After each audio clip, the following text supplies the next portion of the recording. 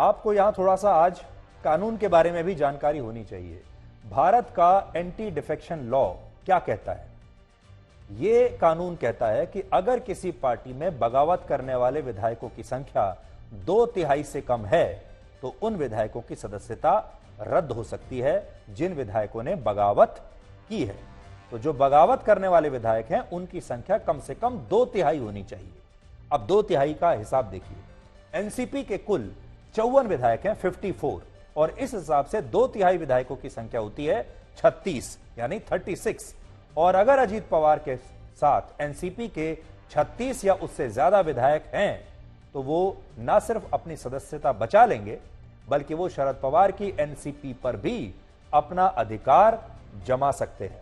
और हो सकता है कि जिस तरह उद्धव ठाकरे को अपनी पार्टी गंवानी पड़ी, ठीक उसी तरह शरद पवार भी मौजूदा एनसीपी पर अपने अधिकार की लड़ाई में अपने ही भतीजे अजीत पवार से हार जाएं। लेकिन यह होगा तब जब अजीत पवार के पास 36 या उससे ज्यादा एमएलए अगर होंगे तो कम से कम 36 एमएलए अजीत पवार को चाहिए, तब वो एनसीपी पर पूरा की पूरा कब्जा अपना जमा सकते हैं, एनसीपी उनकी हो जाएगी।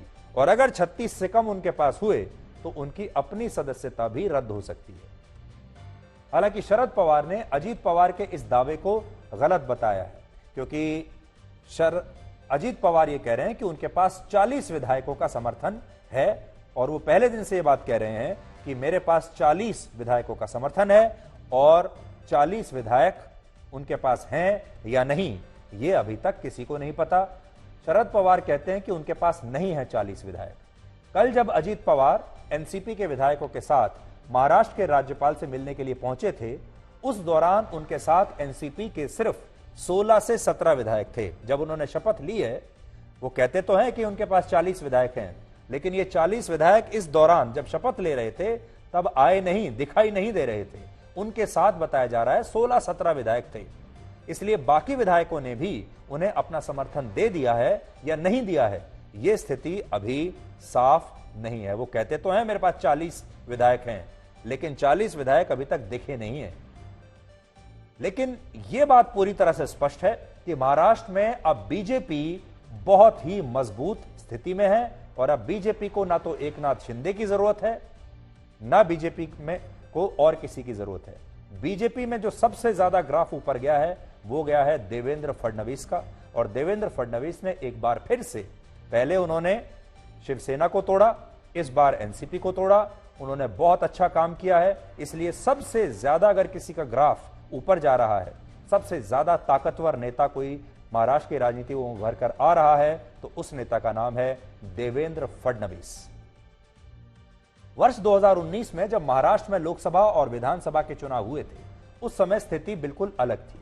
उस समय बीजेपी के पास 105 विधायक थे, जबकि इसकी तुलना में विपक्ष के पास 169 विधायकों का समर्थन था। तो यह भी आप देख लीजिए, बार बार जो मैं आपसे कहता हूं, राजनीति में कुछ भी स्थायी नहीं है।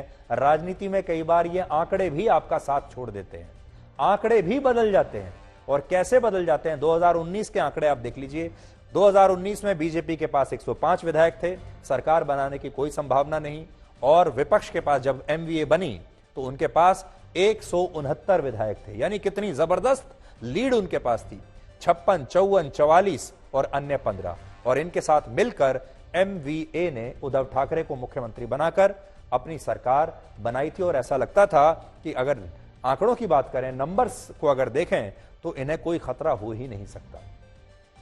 उस समय महाराष्ट्र में इन्हीं विपक्षी दलों की मिलीजुली सरकार थी, जिसे महाराष्ट्र विकास अघाड़ी कहते थे। लेकिन अब विपक्ष के पास, इन लोगों के पास सिर्फ 83 विधायक रह गए हैं। देखिए तस्वीर कैसे बदलती है। उद्धव ठाकरे के बाद शरद पवार की एनसीपी में फूट का फायदा बीजेपी को 2019 के लोकसभा चुनाव में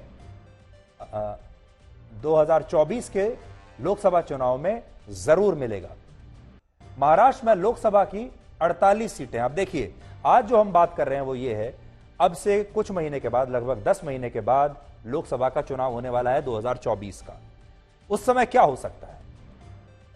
महाराष्ट्र में लोकसभा की 48 सीटें हैं और मैं जो आपको ये वोट शेयर बता रहा हूं ये है 2019 का। तो पहले तो ये देखिए कि महाराष्ट्र में किस पार्टी के पास कितना वोट शेयर है। तो देखिए 48 सीटें हैं लोकसभा की, जिन पर 2024 में लड़ाई होगी और जिनमें पिछली बार बीजेपी को 23 सीटें मिली थी,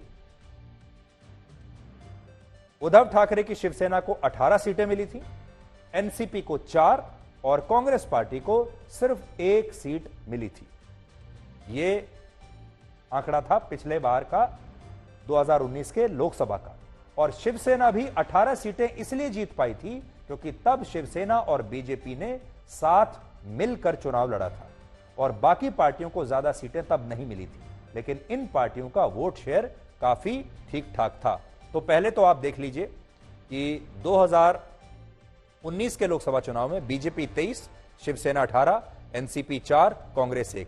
समझने वाली बात यह है कि इन दोनों पार्टियों को मिलकर 5 सीटें मिली थी और बड़ी संख्या में जो सीट थी वो ये दोनों पार्टियां मिलकर ले गई थी, क्योंकि ये दोनों पार्टियों का तब गठबंधन था। बाद में ये जो पार्टी है शिवसेना, ये इनके साथ मिल गई और उन्होंने बीजेपी को छोड़ दिया था। अब वापस आपको पुरानी स्क्रीन पर लेकर जाता हूं, जहां वोट शेयर देखिए आप। वोट शेयर किसके पास कितना है, सीटें भले ही इन्होंने कम जीती हो। देखिए बीजेपी के पास लगभग 27.84% वोट शेयर है। शिवसेना 2019 में बहुत पीछे नहीं थी, 23.5% वोट शेयर था।